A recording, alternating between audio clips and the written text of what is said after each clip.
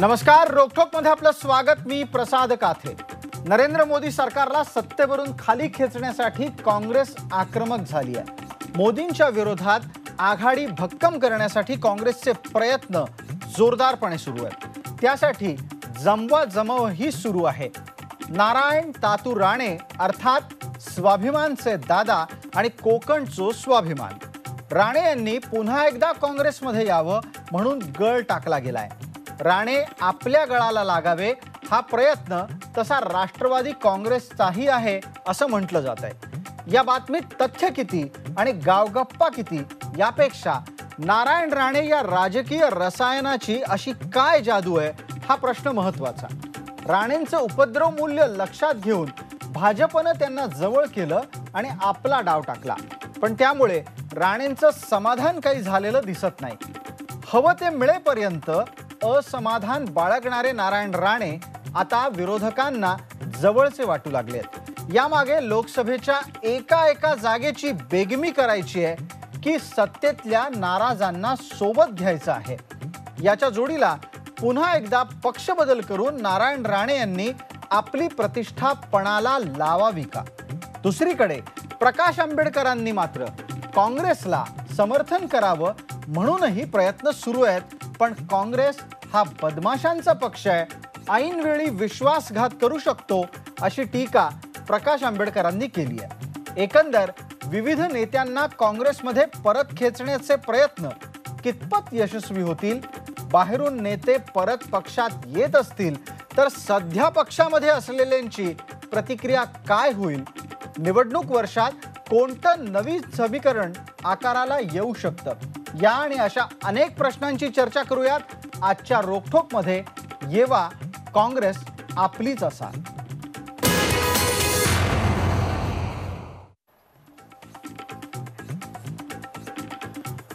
पाच राज्यातल्या विधानसभा निवडणुकांचे निकाल लागल्यानंतर भाजपच्या विरोधात वातावरण तयार झालं आणि काँग्रेसला राज्यातल्या हालचाली करायला संधी मिळाली. याचाच एक भाग म्हणून नारायण राणे हे काँग्रेसमध्ये परत येतील का याच्यासाठी सुद्धा जोरदार मोर्चे बांधणी सुरू झाली आहे. आणि त्याचं सूतोवाच अधिकृतरित्या केलंय ते बाळासाहेब थोरात या ज्येष्ठ काँग्रेस नेत्यांनी.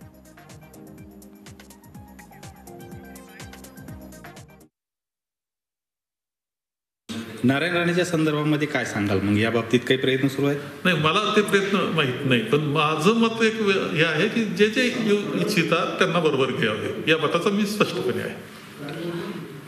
तुम्ही काही पुढाकार घेता याच्या संदर्भात काही बोलणं वगैरे? आता हे वरिष्ठ पातळीला काही गोष्टी ठरतील. माझं काही अध्यक्षांशी बोलणं झालेलं नाही, परंतु असं काही थोडा जरी त्यांच्याकडून हे येऊ शकतं असेल तर माझं तर मत असं की प्रत्येक ठिकाणी जिथे योग्य माणसं, चांगली माणसं मिळता येत आपल्या विचाराची ती त्यांना घ्यावं.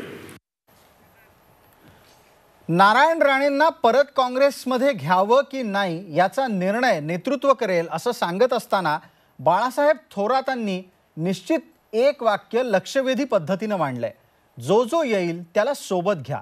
अर्थात नारायण राणेंच्या भूमिकेबाबत आणि त्याचबरोबर पुन्हा एकदा नारायण राणेंनी पक्षबदल करावा का आणि केला तर काँग्रेसमध्ये जावं का याबद्दल कोकणवासियांना काय वाटतं ते आता आपण पाहूया. नारायण राणे पुन्हा एकदा काँग्रेसमध्ये येणार अशा प्रकारच्या बघितल्या तर बातम्या येत आहेत आणि त्या पार्श्वभूमीवर सिंधुदुर्ग जिल्ह्यातलं वातावरण कसं आहे हे आपण जाणून घेणार आहोत. माझ्याबरोबर इथे काही काँग्रेसची मंडळी आहेत, आपण त्यांच्याकडून जाणून घेणार आहोत. काका सांगा, पुन्हा एकदा राणे पुन्हा एकदा काँग्रेसमध्ये येतील अशा प्रकारची चर्चा आहे, काय सांगाल तुम्ही? तुम्ही कसं स्वागत कराल की राणे पुन्हा काँग्रेसमध्ये आले तर? राणेंबद्दल मला तेवढी काही आता सांगण्या एवढी आपुलकी नाही आणि राणेंमुळेच मी काँग्रेस सोडली. राणेने माझं राजकीय करिअर उद्ध्वस्त केलं, पण मी मात्र उभा राहिलो. लोक मला आमदार म्हणून हाक मारतात, एवढ्यासाठीच मी लोकांमध्ये आहे. आणि आता ते जरी परत येणार असतील आणि काँग्रेस घेत असेल तर त्याचं उत्तर काँग्रेसच्या नेते मंडळींच्या समोर दिलेलं बरं, म्हणून मी आता काय सांगत नाही. मी कुडाळ काँग्रेस तालुक्याचे अध्यक्ष आहात, तुम्ही काय सांगाल? राणे जर काँग्रेसमध्ये येत असतील तर त्यांचं काय होईल? स्वागत होईल की त्यांना विरोध होईल? काँग्रेसमध्ये काँग्रेसचे विचाराने चालणारी किती माणसं आली तरी काय काँग्रेसला नको असतात, परंतु इथे काँग्रेसप्रमाणे पक्ष चालवणारे आम्हाला नेते पाहिजे. राणे साहेब हे काँग्रेसमध्ये आलं तर आम्ही काय वरिष्ठांनी घेतलेल्या निर्णयाला किंवा राहुल गांधी, सोनिया गांधी किंवा वरिष्ठ पातळीवर घेतलेल्या निर्णयाला आम्ही खालील काँग्रेस कार्यकर्ते कायम ॲक्सेप्ट करतच असतो, कारण पक्ष वाढण्याच्या दृष्टीने. पण त्याच्याच बरोबर पक्षाची हानी होताने असंही कुठल्याही नेत्याने स्टेटमेंट काढू नये किंवा आचारसंहिता पक्षाची बिघडू नये, अशा प्रकारचं वातावरण ह्या जिल्ह्यात राहावं, त्यासाठी येणाऱ्या कार्यकर्त्यांनी किंवा नारायण राणे यांनी काँग्रेसचं खूप काम केलं. ते एक चांगले संघटक आहेत, परंतु सगळ्यांना बरोबर घेऊन जायला पाहिजे. ते त्यांना कोण मिसगाईड करतंय, कार्यकर्ते त्यांचे करतात की काय परत गटबाजी करतात आणि परत एकदा काँग्रेस दुभंगली जाते. अशी 3 वेळा काँग्रेस झाली. एकदा मोठे काँग्रेस झाली, राष्ट्रवादींनी शरद पवारांनी सगळे घेऊन गेले. त्याच्यानंतर एस.एन. देसाईंचा एक गट झाला, त्याच्यानंतर राणे साहेबांचा. तरी पण काँग्रेस या ठिकाणी भक्कम उभी आहे.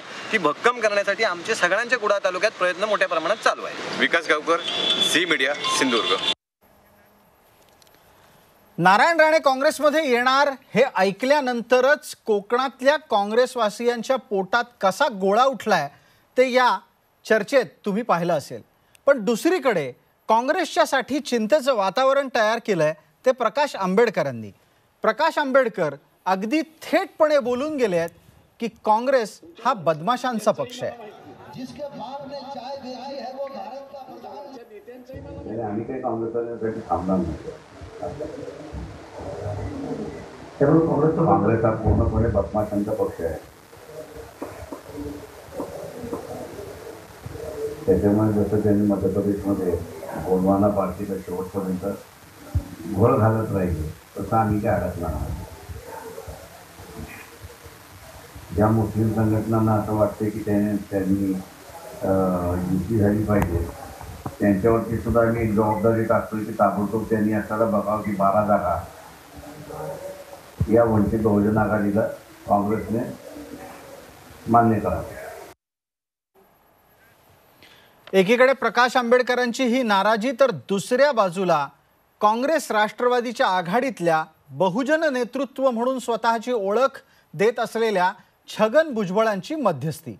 प्रकाश आंबेडकरांची नाराजी कमी करावी आणि वंचित विकास आघाडीचं आपल्या सोबत येणं शक्य करावं, त्याच्यासाठी पुढाकार घेणाऱ्या छगन भुजबळांनी प्रकाश आंबेडकरांच्यासाठी एक दुसराच प्रस्ताव ठेवलाय. आंबेडकरांचं निश्चितपणे जे आहे त्यांचा मान आम्हाला ठेवायला पाहिजे, राखायला पाहिजे आणि सन्मानानं आम्ही त्यांच्याशी जे आहेत चर्चा करणार आहोत. आणि शक्यतो जे आहे भाजपा विरुद्ध मतांमध्ये विभाजन होऊ नये याचा प्रयत्न जो आहे आम्ही हा शेवटपर्यंत करणार आहोत. नारायण राणे हे सुज्ञ आहेत आणि कुठल्या वेळेला काय निर्णय घ्यायचा तर ते निर्णय घेतील. भाजपामध्ये भाजपावाले जर संतुष्ट नाहीत तर बाहेरून गेलेले काय संतुष्ट राहणार आहेत का? संतुष्ट दिल्लीमध्ये सांगा, नावं सांगायला पाहिजेत. एवढे सिनियर बसलेले आहेत ते संतुष्ट आहेत का? सगळे अडवाणी साहेबांसहित, मुरली मनोहर जोशींसहित आणि आता जे मंत्रिमंडळातले आहेत त्यांच्यासहित कोण संतुष्ट आहे तिथे? तर ते त्यामुळे नारायण राणे आणि इतरांच्या बाबतीमध्ये तोच मापदंड जो आहे लावला जातोय. ठीक आहे, ते त्यांचा निर्णय घ्यायला ते समर्थ आहेत आणि ते तेवढे त्यांना राजकारण समजतंय. तर भारतीय जनता पक्षातल्या संतुष्ट आणि असंतुष्टांची यादी स्वतःच्या खिशात बाळगणारे छगन भुजबळ असं म्हणतात की नारायण राणे हे एक सुज्ञ राजकारणी आहेत आणि प्रकाश आंबेडकरांचा सन्मान राखायला हवा. तर या एकूण राजकीय पार्श्वभूमीवर आजची चर्चा आपण करूयात. ज्या चर्चेत सहभागी होतात अब्दुल सत्तार, काँग्रेसचे आमदार, दीपक भातुसे आमचे प्रतिनिधी, त्याचबरोबर आमचे कोकणातले प्रतिनिधी प्रणव पोळेकर, माझ्याबरोबर स्टुडिओमध्ये आहेत जयंत माईंडकर. आणि आपण राणे समर्थकांनी या चर्चेत सहभागी व्हावं अशी हर तऱ्हेची विनंती केल्यानंतरही दादांना विचारूनच चर्चेत यायचं का नाही ते ठरवू अशी भूमिका घेतल्यामुळे रिकामी राहिलेली खुर्ची तुम्हाला दिसते. आपण चर्चेची सुरुवात सर्वप्रथम दीपक भातुसे यांच्यापासून करतोय. दीपक, आपल्यापर्यंत आम्हाला प्रश्न घेऊन यायचा आहे, मात्र तांत्रिक कारणामुळे आपल्यापर्यंत पोहोचता येत नाहीये. पण तरीही प्रणव पोळेकर आपल्यासोबत आहेत आणि प्रणव, ज्या पद्धतीनं नारायण राणे येणार किंवा नाही येणार याच्या चर्चा एका बाजूला घडत असताना दुसऱ्या बाजूला काँग्रेसमधलं वातावरण काय आहे ते आपण थोड्याच वेळापूर्वी तिथल्या स्थानिक काँग्रेस नेत्यांच्या वक्तव्यातून ऐकलं. पण तुम्ही गेली इतकी वर्ष काँग्रेसचं कोकणातलं आणि एकूणच राजकारण पाहताय, काँग्रेसची आत्ताची कोकणातली स्थिती काय आणि नारायण राणेंची ताकद किती?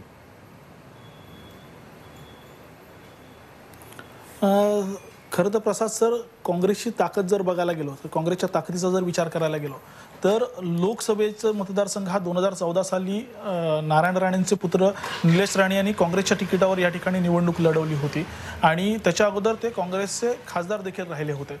मात्र आता जर बघायला गेलो, ज्यावेळी राणे काँग्रेसमधून बाहेर पडले त्यावेळी राणेंनी जे त्यांच्या समर्थक जे त्यांचे समर्थक आहेत त्यांना सगळ्यांना घेऊन स्वाभिमान पक्षाची स्थापना केली. त्यामुळे काँग्रेसकडे असा चेहरा नाही आहे.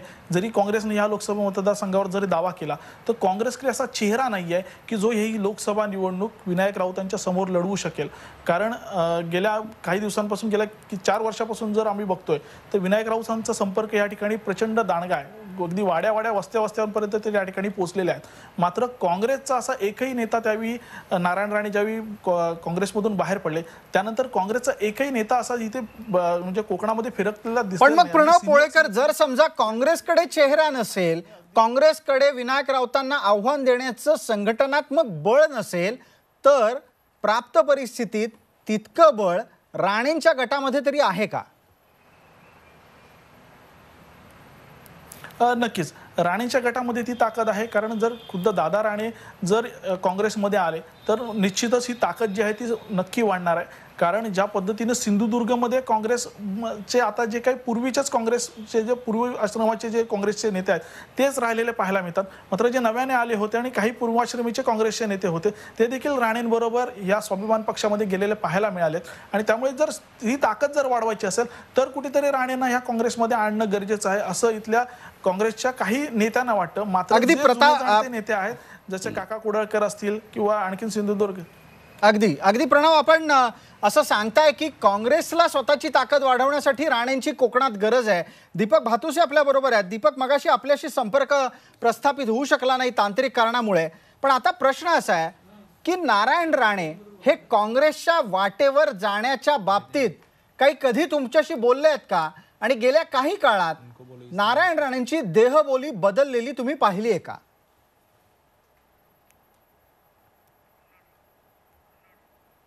काही तांत्रिक कारणामुळे आपण दीपक भातुसे यांना प्रश्न विचारू शकत नाही आहोत. पण अब्दुल सत्तार आपल्या बरोबर आहेत. सत्तार साहेब, माझा आवाज पोहोचतोय आपल्यापर्यंत? हो. अगदी स्वागत आपलं चर्चेमध्ये. आपण नारायण राणेंच्या बरोबरच एकूणच काँग्रेस पक्षाचं राजकारण सध्या काय पातळीवर पोहोचलंय आणि कोणत्या कोणत्या नव्या राजकीय आडाख्यांच्या सह ते पुढे जाणार आहे त्याची चर्चा करतोय. तेव्हा एक थेट प्रश्न तुम्हाला आहे, कोकणात खरंच नारायण राणेंची गरज काँग्रेसला का आहे?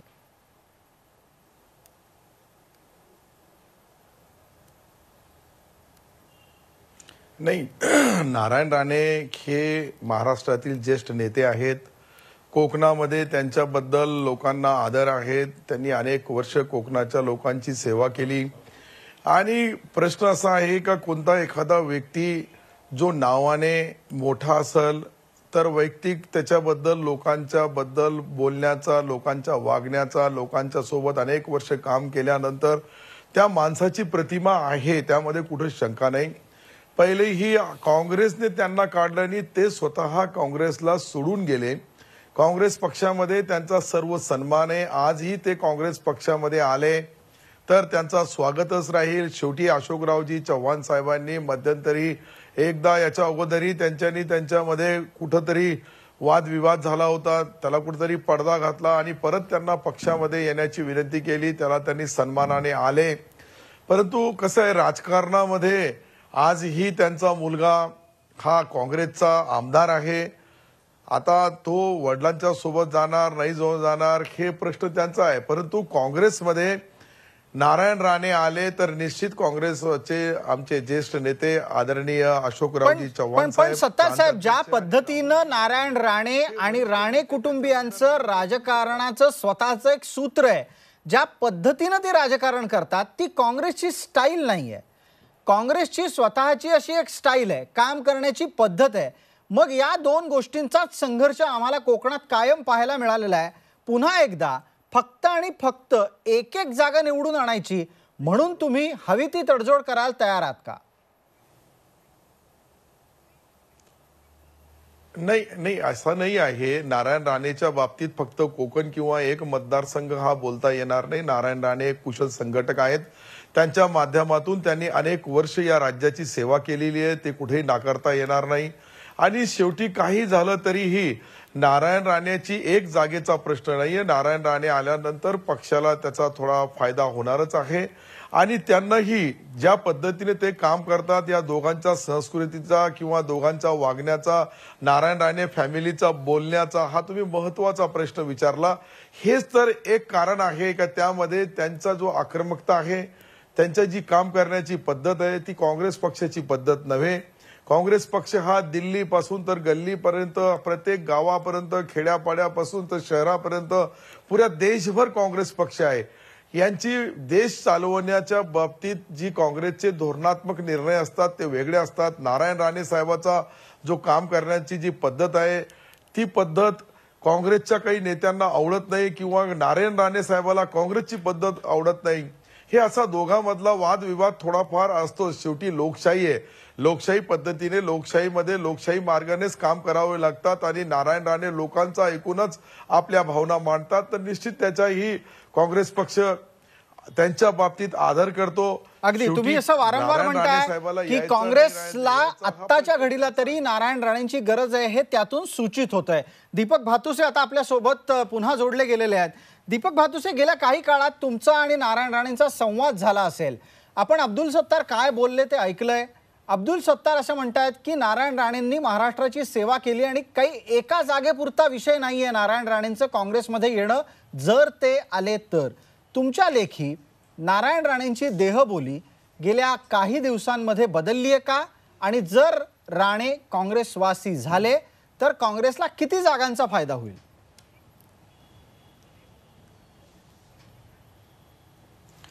निश्चित आपण नारायण राणेंनी काँग्रेस सोडली त्यावेळेला त्यांच्यासमोर एक अडचण होती की त्यांना काँग्रेसमध्ये राहायचं नव्हतं आणि पर्याय जर होते, दोन पर्याय त्यांच्यासमोर होते, एक भाजप आणि शिवसेना. शिवसेनेमध्ये राणे जाऊ शकत नव्हते, त्यामुळे त्यांनी भाजपचा पर्याय निवडला. आणि हा पर्याय निवडताना ते पूर्णपणे खुश होते असंही नाहीये, कारण त्यावेळेला त्यांची देहबोली पूर्णपणे नाईलाजाने आपण भाजपमध्ये जातोय, भाजप सोबत जातोय अशी साधारणतः त्यांची देहबोली होती. भाजपमध्ये गेल्यानंतर ते राज्यसभेचे खासदार झाले आणि त्यानंतर काही काळ ते शांत होते. मात्र गेल्या 1.5 महिन्यापूर्वी सिंधुदुर्गमध्येच एक सभा झाली आणि त्या सभेमध्ये राणेंचा जो मुलगा आहे निलेश राणे, त्याने थेट भाजपवर टीका केली होती. ती टीका आपण सगळ्यांनी ऐकली आणि त्या टीकेपासून राणेंचा मार्ग आता पुन्हा उलट्या दिशेने जातोय असे स्पष्ट संकेत त्यावेळेलाच मिळाले होते. आणि त्याच्यानंतर चर्चा सुरू झाली ती राणे राष्ट्रवादी बरोबर जाणार आघाडीमध्ये आणि रत्नागिरी सिंधुदुर्गची जागा जी आहे ती ते काँग्रेस आणि राष्ट्रवादी काँग्रेसच्या आघाडीमार्फत लढणार. मात्र त्यालाही कुठेतरी ब्रेक लागला आणि राणेंची भाजपने केंद्रीय लोकसभा जाहीरनामा समितीवर नियुक्ती केली. ही नियुक्ती करून राणेंची जी नाराजी होती, राणे भाजपपासून दूर जाणार अशी जी चर्चा होती, त्याला कुठेतरी पूर्णविराम देण्याचा भाजपने प्रयत्न केला, राणेंना खुश करण्याचा प्रयत्न केला. आता या समितीवर जाऊन राणे खुश आहेत का हे बघावं लागेल, कारण त्याच्यानंतर तोच एक सगळ्यात महत्वाचा मुद्दा आहे की नारायण राणेंच्या देहबोलीतून गोष्टी लपत नाहीत. सर्वसाधारणपणे राजकारण्यांच्या ज्या व्ययच्छेदक लक्षणांची यादी असते त्यात एक गोष्ट वारंवार सांगितली जाते की काय करायचंय ते कधी कळू द्यायचं नाही. नारायण राणेंच्या देहयष्टीतून मात्र ते कधीही लपून राहत नाही. आपण एका छोट्याशा जाहिरातीच्या विश्रांतीसाठी इथे थांबतोय आणि ज्या वेळेला आपण चर्चा पुन्हा सुरू करू त्यावेळेला अर्थातच चर्चा नारायण राणेंच्या व्यतिरिक्त प्रकाश आंबेडकरांचीही असेल.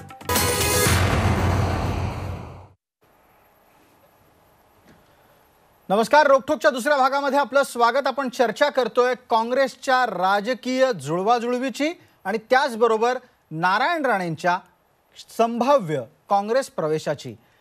नारायण राणेंच्या काँग्रेस संभाव्य प्रवेशाबद्दल काय बोललं गेलंय किंवा जनमानस काय आहे हे जाणून घेण्यासाठी आम्ही आमच्या 24तास.com या वेबसाईटवर एक प्रश्न विचारला। महाराष्ट्र स्वाभिमान पक्षाचे अध्यक्ष नारायण राणे यांनी परत काँग्रेसमध्ये जावं का आणि उत्तर काय आली आहे ती पहा। 57% लोक म्हणतात होय, राणेंनी परत काँग्रेसमध्ये गेलं पाहिजे। 43% लोकांना मात्र नारायण राणेंचा पुन्हा पक्ष बदल मान्य नाहीये। प्रश्न होता की नारायण राणेंनी परत काँग्रेसमध्ये जावं का आणि त्याची काय उत्तर आली आहेत। 57% होय म्हणतात, 43% नाही म्हणतात। तेव्हा आता आपण आपल्या चर्चेकडे परत येतोय। जयंत माइंडकर आहेत आपल्याबरोबर। माइंडकर, ज्या अर्थी 57% लोकांना वाटायला लागले की काँग्रेसमध्ये नारायण राणेंनी परत गेलं पाहिजे आणि त्या काँग्रेसमध्ये गेलं पाहिजे ज्या काँग्रेसच्या सर्व मोठ्या नेत्यांचा अपमान नारायण राणेंनी एक एकदा करून झालेला आहे, त्याच काँग्रेसमधले आत्ताचे नेते हे नारायण राणेंचा गोडवा गाऊ लागलेले आहेत। हा सगळा बदल काय दर्शवतो? एकतर जसजसं निवडणूक जवळ येते आहे तसतसं 272 हा आकडा गाठायला कसाही करून किंवा सध्या 44 या फिगरवर असलेली काँग्रेस अधिक मोठी व्हायला एक एक खासदार महत्त्वाचा आहे आणि आत्ता जे गणित सुरू आहे ते त्याच दृष्टीने सुरू आहे। जेवढं हे वाक्य आहे त्याच श्वासात मला दुसरं एक सांगायचं आहे की याचाच अर्थ हा की भारतीय जनता पार्टी पुन्हा शिवसेनेबरोबर नक्की युती करणार आणि हे लक्षात आल्यानंतरच राणेंनी पवारांची भेट किंवा राणेंच्या मुलांनी थोडंसं भाजपवर तोंडसुख घेणं अशा प्रकारच्या घटना घडलेल्या आहेत। या एका वाक्यात ह्या दोन गोष्टी बाहेर पडतात की एकेका खासदाराचं महत्त्व काँग्रेस प्रणित आघाडीलाही असेल आणि भाजप प्रणित आघाडीलाही असेल केंद्रात सरकार स्थापन करताना, आणि त्याचबरोबर महाराष्ट्रात शिवसेना भारतीय जनता पार्टीचं अलायन्स हे नक्की होणार हे दिसत आहे। याचं कारण ते जर भाजप राणेंबरोबर जाणार असेल तर उद्धव ठाकरे हे भाजप बरोबर बोलणार सुद्धा नाहीत हे आपण सगळे जाणतो। अगदी दीपक भातुसे, तुम्ही आत्ताचं मत ऐकलं, त्याच्या आधी अब्दुल सत्तार काय म्हणत होते तेही ऐकलं। आता महाराष्ट्राला या निमित्तानं एक जाणून घ्यायचं आहे की जर नारायण राणेंनी पक्ष बदल करायचा ठरवला तर ते खरोखरच पक्ष म्हणून पूर्णपणे पुन्हा एकदा काँग्रेस प्रवेशाकडे झुकतील का स्वाभिमानचं अस्तित्व कायम ठेवून काही नवा राजकीय डाव आखतील?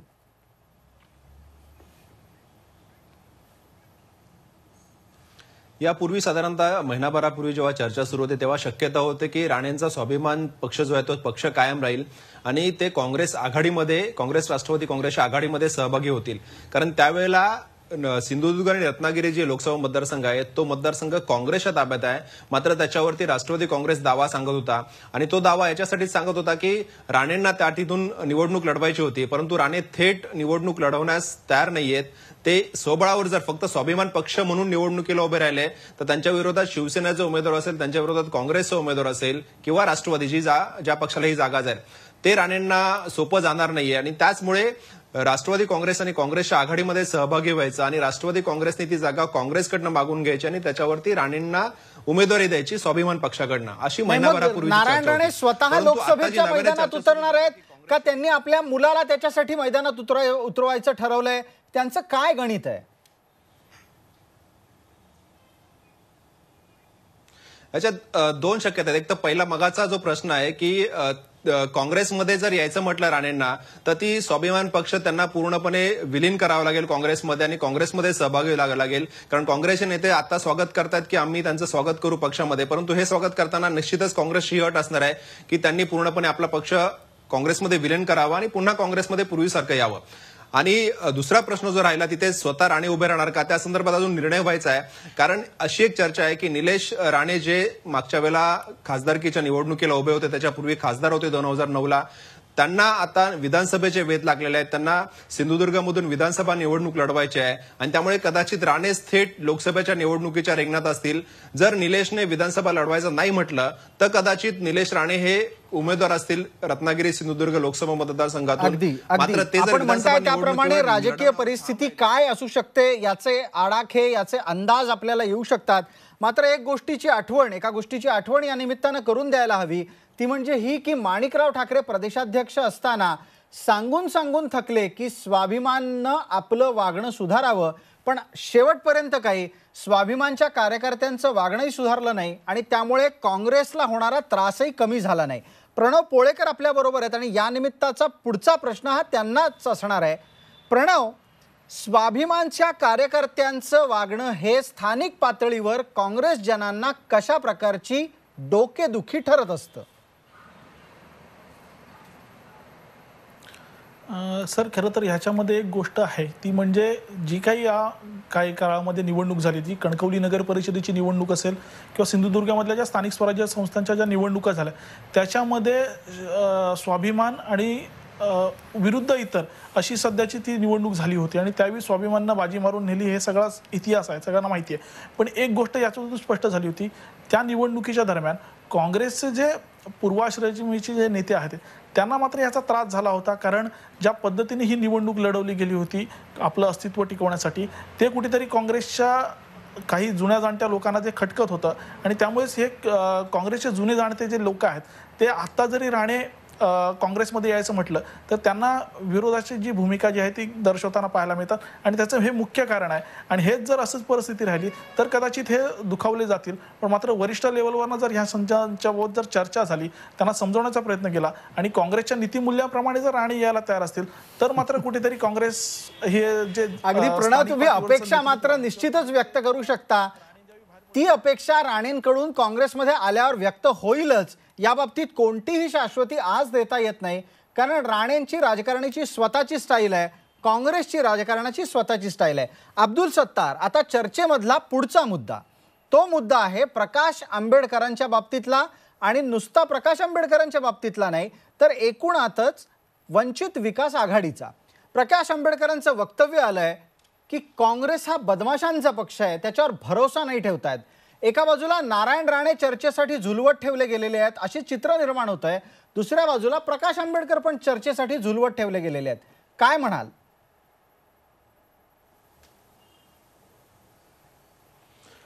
नाही, काँग्रेस पक्ष हा काय आहे, ज्या वेळेस काँग्रेस त्यांच्या सोबत होती त्यावेळेस त्यांना दिल्ली गाठता आली, काँग्रेसने त्यांचा साथ सोडला, त्यांना दिल्ली गाठता आली नाही. आज काँग्रेसची स्पष्ट भूमिका आहे का जे काही भारतीय जनता पार्टीचे विरोधामधले असलेले छोटे छोटे घटक पक्ष असतील त्यांना महाआघाडीत सामील करून घ्यावं आणि त्यांचा सन्मानाने त्यांना जागा द्याव्या. जागा कोणी किती मागावा हो तो त्यांचा स्वतःचा प्रश्न आहे, परंतु काँग्रेसने किती द्यावं, राष्ट्रवादी मित्रपक्षाने किती द्यावं हे ठरवण्याचा अधिकार काँग्रेस आणि राष्ट्रवादी काँग्रेसला आहे. आता राहिला प्रश्न प्रकाश आंबेडकर कोणाला काय बोलतात, ही काही पहिल्यांदाची गोष्ट नाही. कधी बोलतात, कसे बोलतात, कोणत्या पद्धतीमध्ये बोलतात, कशामुळे बोलतात, हे याचं उत्तर देण्यासाठी खरं म्हणजे मी इतका समर्थ नाहीये. नाही, पण तरी तुमचं एक आकलन सांगा. आणि खरं तर हाच पुढचा माझा प्रश्न असणार होता की प्रकाश आंबेडकर अशा प्रकारची वक्तव्य का करतात ज्या वेळेला भाजप विरोधी मतांची मोट बांधली जावी, ती फुटू नये अशी अपेक्षा एका बाजूला होत असताना दुसऱ्या बाजूला प्रकाश आंबेडकरांची भूमिका कायम तिरकी का दिसत असते?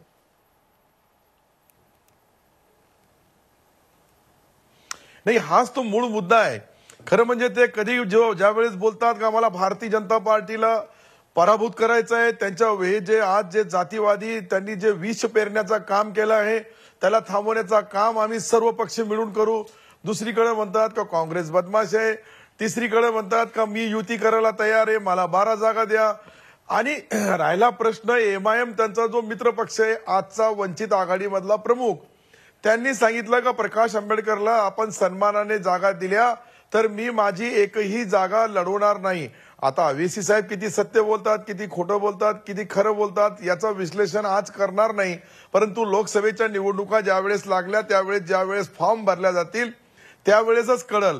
राहिला प्रश्न आम्ही इतका सन्मानाने प्रकाश आंबेडकरजीला ज्या वारंवार विनंती करू लागलो याचा अर्थ काँग्रेस कोणाला भीत नाही, परंतु काँग्रेसला अशी भीती आहे का सेक्युलर मतदान वाटल्या जाऊ नये, सेक्युलर मतदानची वाटणी होऊ नये आणि भारतीय जनता पार्टीला जे जातीवादी पक्ष आहे शिवसेना यांना फायदा होऊ नये हा दृष्टिकोन समोर ठेवून आदरणीय राहुलजी गांधी असतील, अशोकरावजी चव्हाण साहेब असतील यांची समन्वय करण्याची भूमिका आहे. अगदी तुमचा मुद्दा लक्षात येतोय दीपक भातुसे.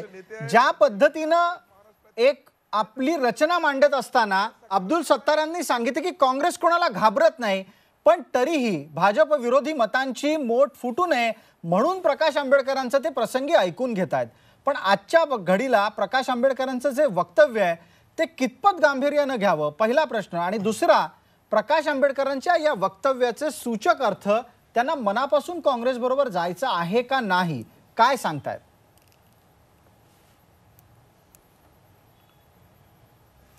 काँग्रेस कुणाला घाबरत नाही हे वक्तव्य थोडं अतिशयोक्ती वाटतं. कारण आता अशी परिस्थिती आहे की भाजपाच्या विरोधात विजय मिळवायचा असेल तर असे लहान लहान घटकांना काँग्रेसला बरोबर घ्यायचं आहे. म्हणजे ही काँग्रेसची अपरिहार्यता आहे. याच्यातून भीतीचा किंवा घाबरण्याचा काहीच विषय नाही काँग्रेसचा.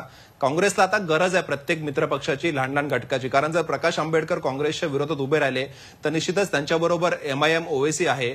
त्यामुळे मुस्लिम मतं आणि दलित मतं ही काँग्रेसपासून काही प्रमाणात फुटतील आणि ती प्रकाश आंबेडकरांबरोबर जातील आणि याचा फायदा भाजपला होईल हे काँग्रेसला माहिती आहे. त्यामुळे काँग्रेस ही प्रकाश आंबेडकर आपल्या आघाडीत सहभागी व्हावे याच प्रयत्नात आहेत. आज जरी आंबेडकरांनी थेट काँग्रेसवर टीका केली असली, कारण याच्यापूर्वी ते केवळ राष्ट्रवादी काँग्रेस आणि शरद पवारांवर टीका करत होते, आज पहिल्यांदा त्यांनी थेट काँग्रेसवर टीका केलेली आहे. काँग्रेसवर टीका केली असते तरी काँग्रेस त्यांच्याबरोबर चर्चा करणं थांबवणार नाहीये. कारण आंबेडकर जर वेगळे लढले तर त्यांच्याबरोबर जाणारी मुस्लिम आणि दलित मतं ही काँग्रेसला परवडणारी नाहीयेत. त्यामुळे या टीकेला सध्या तरी काय अर्थ नाहीये. मात्र काँग्रेसच्या ही टीका जिव्हारी लागणार आहे. कारण एकीकडे काँग्रेस नव्याने उभारी घेत असताना राज्यामध्ये एक आंबेडकरांसारखा, प्रकाश आंबेडकरांसारखा एक नेता काँग्रेसला बदमाशांचा पक्ष म्हणतो. ही टीका ही काँग्रेसला जिव्हारी लागणार आणि कुठेतरी अगदी आपण अब्दुल सत्तारांना लगेचच विचारून घेऊ की अब्दुल सत्तार, या पद्धतीची भाषा वापरणं ही तुमच्यासाठी जिव्हारी लागणारी टीका आहे की नाही, मनापासून सांगा. वाईट वाटलं का ज्या वेळेला प्रकाश आंबेडकर म्हणाले की काँग्रेस हा बदमाशांचा पक्ष आहे?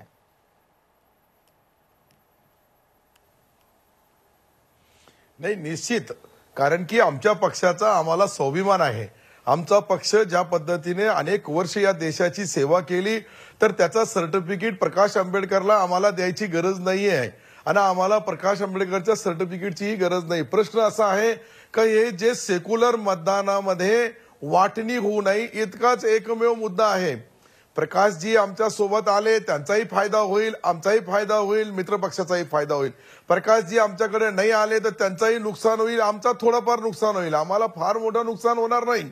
परंतु आमची इच्छा अशीच आहे का ते नेते आहेत आदरणीय प्रकाशरावजी आंबेडकर साहेब हे बाबासाहेब आंबेडकरांचे नातू म्हणून ओळखल्या जातात, म्हणून त्यांच्याबद्दल लोकांमध्ये आदर आहे. आणि त्या प्रकाश आंबेडकरांचं वक्तव्य आल्याच्या नंतर आता एक या निमित्तानं आपण जयंत माइंडकरांना प्रश्न विचारतोय. माइंडकर, हे सगळं जे चाललंय काँग्रेसचं, ते तुम्ही मगाशी बोलताना असं म्हणालात की काँग्रेसला एक जागा महत्वाची आहे, काहीही करून अधिकाधिक जागा जिंकून आणा आणि विद्यमान सरकारला खाली खेचण्याच्या साठीचा प्रयत्न यशस्वी करून दाखवा, असा जो प्रयत्न आहे.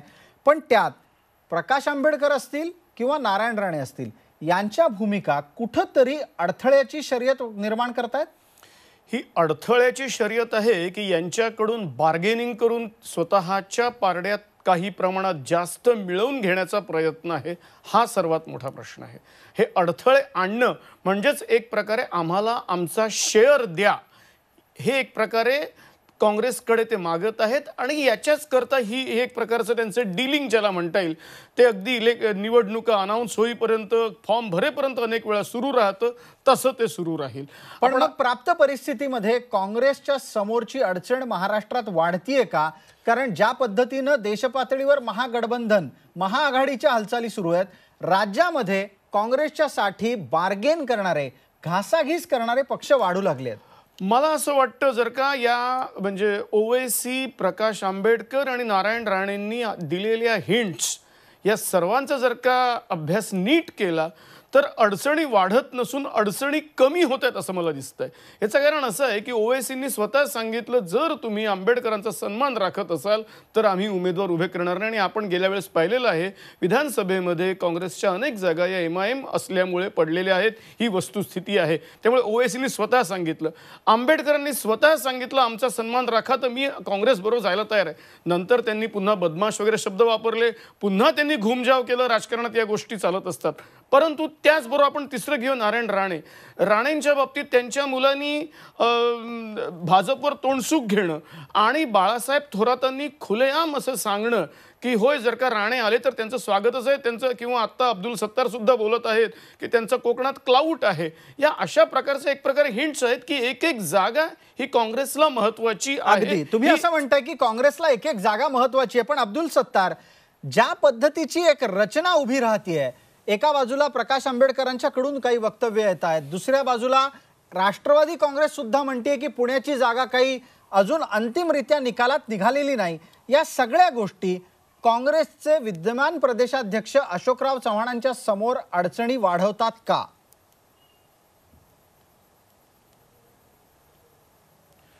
नाही, अडचणी नाही, वाटाघाटी ही शेवटपर्यंत चालू असते. शेवटी लोकशाही आहे. लोकशाहीमध्ये जोपर्यंत आपले अलायन्स पार्टनर आहे, छोटे असतील मोठे असतील, अलायन्सच्या बाबतीत त्यांचा जो निर्णय असतो की ही जागा मला द्यावी, आमचा निर्णय असतो की ही जागा आमच्याकडे ठेवावी, आणि दोघांचा समन्वय करून शेवटी हे सर्व जागेचा फायनल करण्याचा अधिकार हे आदरणीय राहुलजी गांधींना आहेत, खारगे साहेबाला आहेत, आणि अशोकरावजी चव्हाण साहेबाला सर्वांचा समन्वय करण्याची जबाबदारी प्रांत अध्यक्ष म्हणून आणि ज्येष्ठ नेते म्हणून त्यांच्यावर आहे. आणि ही जबाबदारी पार पाडण्यामध्ये अशोकराव निश्चित सर्व घटक पक्षाला आणि राष्ट्रवादी काँग्रेस असेल आणि अनेक छोटे मोठे अजून मित्र पक्ष असेल याचा समन्वय करून या दोघांच्या. ठीक आहे, अब्दुल सत्तार असं म्हणतायत की अशोक चव्हाण ही सगळी कामगिरी लीलया पार पाडतील. प्रणव पोळेकर, आता या निमित्तानं एका गोष्टीचा खुलासा स्वरूपात माहिती द्या आम्हाला की जर समजा नारायण राणेंनी स्वाभिमान ठेवत, अर्थात स्वाभिमान पक्ष ठेवत काँग्रेस आणि राष्ट्रवादीच्या आघाडीत जायची अट मान्य केली, तर त्यांची अशी काय ताकद आहे की ज्याचा महाराष्ट्रात फायदा होईल? स्वाभिमानची महाराष्ट्रात खरंच काही ताकद आहे का केवळ आणि केवळ एका लोकसभेपुरतंच तिचं अस्तित्व आता उरलेलं आहे? खरं तर बघायला गेलो तर हे राणेंचं अस्तित्व हे सध्या कोकणापुरतं आणि स्वाभिमानपुरतं मर्यादित आहे, जे सिंधुदुर्ग आणि रत्नागिरीपुरतं मर्यादित म्हणावं लागेल. महाराष्ट्रात याचा फायदा कितपत होईल हे आता सांगता येत नाही, पण त्याचं जर राणेंनी ही निवडणूक जर काँग्रेससोबत जर जाण्याचा निर्णय घेतला तर निश्चितच याचा फायदा हा काँग्रेसला आणि राष्ट्रवादीला या आघाडीला होईल, एवढं मात्र निश्चित सांगतो. अगदी. पण अब्दुल सत्तार, आता या निमित्तानं एक प्रश्न तुम्हाला आहे, तुम्हाला वाटत नाही काँग्रेस फार अगतिक झालेली आहे? वाटेल त्या स्थितीमध्ये मिळेल त्याला सोबत घ्यायचा प्रयत्न आहे हा, असा जर आरोप झाला तर तो गैर आहे का अयोग्य आहे? म्हणजे गैर आहे का योग्य आहे? माफ करा.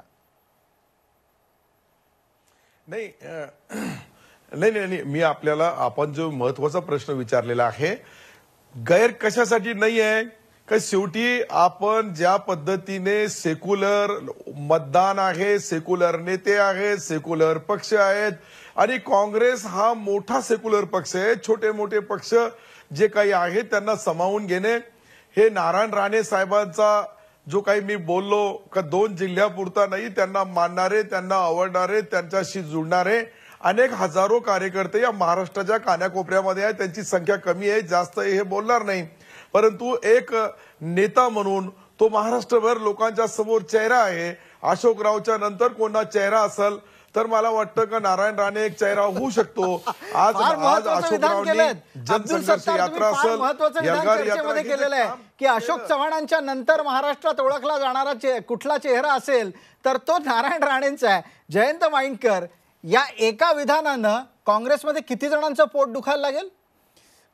आता ते म्हणजे अब्दुल सत्तार जेव्हा स्वतः बोलतायत, पण एक वस्तुस्थिती आहे की जसं राणेंना वेलकम करणारा एक वर्ग आहे तसंच त्यांना विरोध करणारा आणि राजकारणात तसे लोक असतात सुद्धा. कारण एक लक्षात घ्या, म्हणजे मी अगदी घडलेली वस्तुस्थिती सांगतो की 2005 पासून 2014 पर्यंत राणेंनी 3 मुख्यमंत्र्यांच्या हाताखाली काम केलं उद्योग मंत्री म्हणून. आणि या तीनही मुख्यमंत्र्यांशी त्यांचं सख्य नव्हतं ही वस्तुस्थिती आहे. अनेक वेळेला आपण स्वतः अनेक वेळा हे कव्हर केलेलं आहे.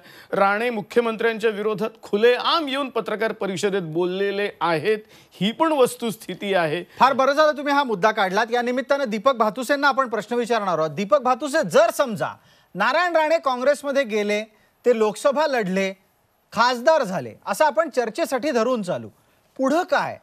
मुख्यमंत्री होण्याचा विषय संपला, देशात पंतप्रधान होणं शक्य नाही, मग नारायण राणेंच्यासाठी राजकीय महत्वाकांक्षा कुठली उरेल की जी पूर्ण करण्याची जबाबदारी काँग्रेसची असेल?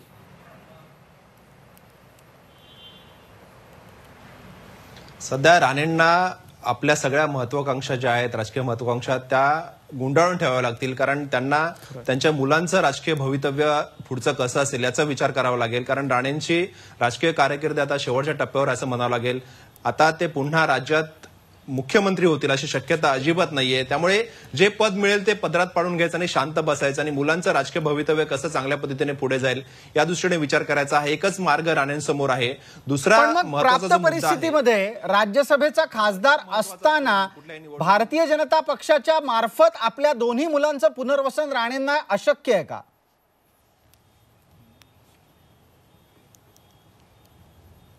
राणेंसमोर तीच अडचण आहे. कारण रत्नागिरी सिंधुदुर्ग हा जो मतदारसंघ आहे, लोकसभा मतदारसंघ, तो मतदारसंघ युतीमध्ये शिवसेनेकडे आहे. जर युती झाली तर शिवसेना बरोबर असल्यामुळे राणे या युतीमध्ये राहणार नाही, ते स्पष्ट आहे. कारण शिवसेनेबरोबर त्यांचं कट्टर वैर आहे. जर युती झाली नाही तर त्या ठिकाणी सरळ सरळ 3 उमेदवार असतील, शिवसेनेचा, भाजपचा आणि काँग्रेस किंवा राष्ट्रवादीचा, ज्याच्याकडे मतदारसंघ जाईल. या परिस्थितीमध्ये राणे जर भाजपकडून उभे राहिले तर त्यांचा निभाव लागणं अवघड आहे. त्यामुळे त्यांना एकतर काँग्रेस, राष्ट्रवादी काँग्रेस आघाडी बरोबर जावं लागेल किंवा काँग्रेस पक्षात प्रवेश करावा लागेल, असे साधारणतः पर्याय. त्यामुळे राणेंची पूर्णपणे या ठिकाणी अडचण झालेली आहे. आणि दुसरी महत्वाची गोष्ट, काँग्रेस, राष्ट्रवादी काँग्रेससाठी सुद्धा प्रत्येक जागा महत्वाची. जसं माइनकरांनी सांगितलं की नंबर गेम निवडणुकीत महत्वाचा असतो. आपण 2014च्या निवडणुकीमध्ये बघितलं, त्याच्या आधी काँग्रेस, राष्ट्रवादी काँग्रेस सत्तेवर होते, त्यावेळेला त्यांनी अनेक गुंडापुंडांना मोठं केलं, सोबत घेतलं आणि राजकारणात आणलं. अनेक कंत्राटदार राजकारणात आले आणि ते नेते झाले. 2014ला तेच भाजपने केलं. त्याच कंत्राटदारांना आणि जे भ्रष्टाचाराचे आरोप ज्यांच्यावर भाजपने केले त्यांना आपल्या बरोबर घेतलं. लोकसभा निवडणूक असेल, विधानसभा निवडणूक असेल, त्या निवडणुकीत नंबर वाढवण्याचं काम भाजपने त्या दृष्टीने केलं. काँग्रेस आता तीच परंपरा पुन्हा एकदा चर्चेच्या शेवटच्या टप्प्यात आहोत. त्या निमित्तानं मी आपल्याला थांबवतोय आणि जयंत माइनकरांना अत्यंत थोडक्यात एका गोष्टीचा खुलासा करा असं म्हणणार आहे. माइनकर, जर समजा हे असं चित्र असेल तर नारायण राणे चक्रव्यूहात अडकले आहेत का? नारायण, कधी कधी राजकारणात माणसं एक चूक करतात आणि तीच चूक काही प्रमाणात नारायण राणेंनी केलेली आहे असं मी मानतो. की ते त्यांनी 10 वर्ष काँग्रेसमध्ये राहिल्यानंतर आणि त्यांना त्या तुलनेत योग्य प्रकारे मान मिळाल्यानंतरही त्यांनी जी काँग्रेस सोडलेलं आहे ते त्यांना 2 वर्षाच्या आत असं जाणवत असावं की आपण ही चूक केली. कारण आपण नीट विचार केला तर भारतीय जनता पार्टीत जाऊन त्यांच्या परिवारातल्या तिघांना कुठलीही जागा मिळाली नसती. मात्र काँग्रेसने त्यांच्या मुलाला आमदार, स्वतःला त्यांना मंत्रीपद आणि त्यांच्या दुसऱ्या मुलाला खासदारकी दिलेली होती. एवढं मोठं दिलेलं असताना सुद्धा त्यांनी पक्षांतर केलं, तेव्हा सुद्धा ते आमदार होते. मला असं वाटतं राजकारणात अनेक मोठी माणसं काही चुका करतात, कधी कधी त्यांच्या हातून घडतात, कधी कधी सर्कमस्टन्शियली घडल्या जातात. तसं काहीसं घडलेलं आणि एक महत्वाची गोष्ट असते राजकारणात, ती म्हणजे वेळ अचूक साधणं हे यशस्वी राजकारण्याचं एक व्ययच्छेदक लक्षण आहे, महत्वाचं लक्षण आहे. आपण सगळेजण या चर्चेत सहभागी झालात, मी आपल्याला धन्यवाद देतो आणि इथेच हा कार्यक्रम थांबवतो. मात्र जाता जाता राजकारण हे प्रामुख्यानं सत्ता मिळवण्याचं एक साधन आहे अशी व्याख्या आता झालेली पाहायला मिळते. याला कोणताच पक्ष अपवाद नाही आणि सत्तेची लढाई अखेर एका जागेवर लढली जाईल आणि प्रत्येक जागा येत्या काळात महत्वाची ठरेल. तेव्हा राजकारणाच्या पटावरचे अनेक वजीर, उंट, घोडे, हत्ती आणि प्यादी सुद्धा आपापली बाजू आणि रंग बदलताना दिसतील. आज रोखोकमध्ये इतकंच. ताज्या बातम्यांसाठी पहा झी 24 तास. रहा एक पाऊल पुढे.